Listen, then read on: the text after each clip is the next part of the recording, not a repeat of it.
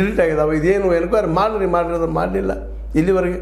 ಆನಂತರ ಅವರು ದೊಡ್ಡ ಪ್ರಮಾಣದ ಜಿಲ್ಲೆ ಮಟ್ಟದಲ್ಲೇ ಒಂದು ದೊಡ್ಡ ಪ್ರೆಸ್ ಮೀಟ್ ಮಾಡಿದ ಮೇಲೆ ಉತ್ತರ ಕೊಡಲಿಕ್ಕೆ ಹೋಗ್ತೀರಿ ಅಂದ್ರೆ ಇದರ ಅರ್ಥ ನೀವು 18 ಸಲ ಲೆಟರ್ ರಿಮೈಂಡಿಂಗ್ ಮಾಡಿಕೊಂಡ್ರು ಅದು ಉತ್ತರ ಕೊಡಲಿಲ್ಲ ಹೆಂಗಾಯಿತು ಅಂತೇಳಿ. ಮತ್ತು ಒಂದೊಂದು ಸಣ್ಣ ಮನೆ ಒಳಗೆ 80, 90, 100, 150 ತನಕ 150 ತನಕ ಮತದಾರ ಇರೋದನ್ನು ಗಮನಿಸಿದಾಗ ಮತ್ತು ಇನ್ನೇನು ನಡೆದಿಲ್ಲ ಅಂತ ಯಾರು ಹೇಳ್ತಾ ಇದ್ದಾರೆ ಅಂದರೆ ಪ್ರಜಾಪ್ರಭುತ್ವ ಮುಖ್ಯವಾಗಿ ದೇಶದ ಜೀವ ಏನಪ್ಪ ಅಂದ್ರೆ ಪ್ರಜಾಪ್ರಭುತ್ವ.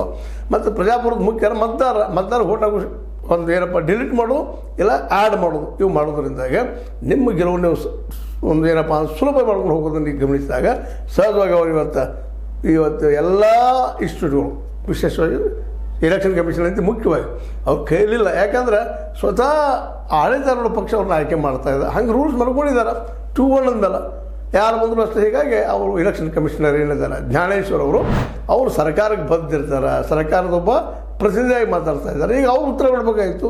ಅಂಥ ಸಂದರ್ಭದಲ್ಲಿ ಈ ನಮ್ಮ ಪ್ರಹ್ಲಾದ್ ಜೋಶಿ, ರವಿಶಂಕರ್ ಪ್ರಸಾದ, ಮೋದಿ ಅವರು ಇವ್ರು ಹೇಗೆ ಅಟ್ಯಾಕ್ ಮಾಡ್ತಾ ಇದ್ದಾರೆ ರಾಹುಲ್ ಗಾಂಧಿ ಅವ್ರ ಮೇಲೆ ಅನ್ನೋದೊಂದು ಮತ್ತೊಂದು ಪ್ರಶ್ನೆ. ಯಾಕೆ ಎಲೆಕ್ಷನ್ ಕಮಿಷನ್ ಪರವಾಗಿ ನಿಂತಿದ್ರಿ, ಅಲ್ಲಿ ನಡೆದು ಸುಳ್ಳಿನ ಹಂಗಾದ್ರೆ ಅದು ಇದಕ್ಕೂ ಉತ್ತರ ಇವತ್ತು ಕೊಡಬೇಕಾಗ್ತದೆ. ಅದೆಲ್ಲಕ್ಕಿಂತಲೂ ಹೆಚ್ಚಾಗಿ ಇವತ್ತಿನ ಈ ಒಂದು ಮಾತನ್ನು ಸ್ಟೇಟ್ಮೆಂಟನ್ನು ವಿದ್ಯಾರ್ಥಿಗಳ ಹಿಂದೆ ಇವ್ರ ಹಿಂದೆ ಇದ್ದೀನಿ, ಹಿಂದಿದ್ದೀನಿ, ಸಂವಿಧಾನ ಪ್ರಜಾಪ್ರಭುತ್ವವಾಗಿ ನಾನು ಬದ್ಧಾಗಿದ್ದೀನಿ, ಜೈ ಹಿಂದ್ ಅಂತ ಅನ್ನೋಂಥ ಮಾತಾಡಿದ್ದು ನೋಡಿದಾಗ ಇದು ಜಯಪ್ರಕಾಶ್ ನಾರಾಯಣರು ಅದೇ ಕಾಲಕ್ಕೆ ನಮ್ಮ ಏನಪ್ಪ ಅಂತಂದ್ರೆ